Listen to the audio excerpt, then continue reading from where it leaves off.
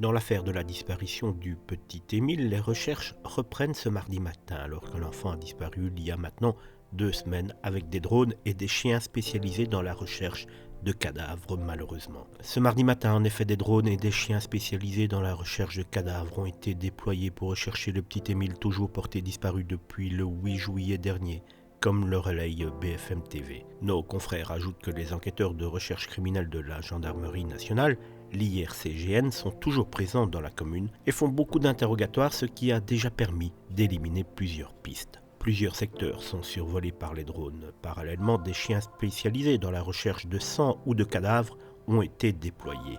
Ce sont des chiens qui ne travaillent pas dans les premiers jours d'une disparition lorsqu'on espère retrouver une personne disparue, mais vivante. Dans un premier temps, ce sont des groupes d'investigation cynophiles.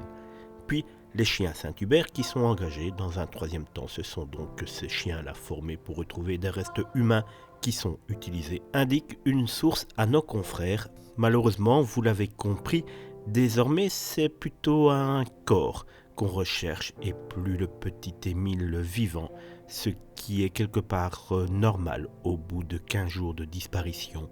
Il y a de moins en moins de chances, de moins en moins de probabilités que celui-ci soit retrouvé sain et sauf.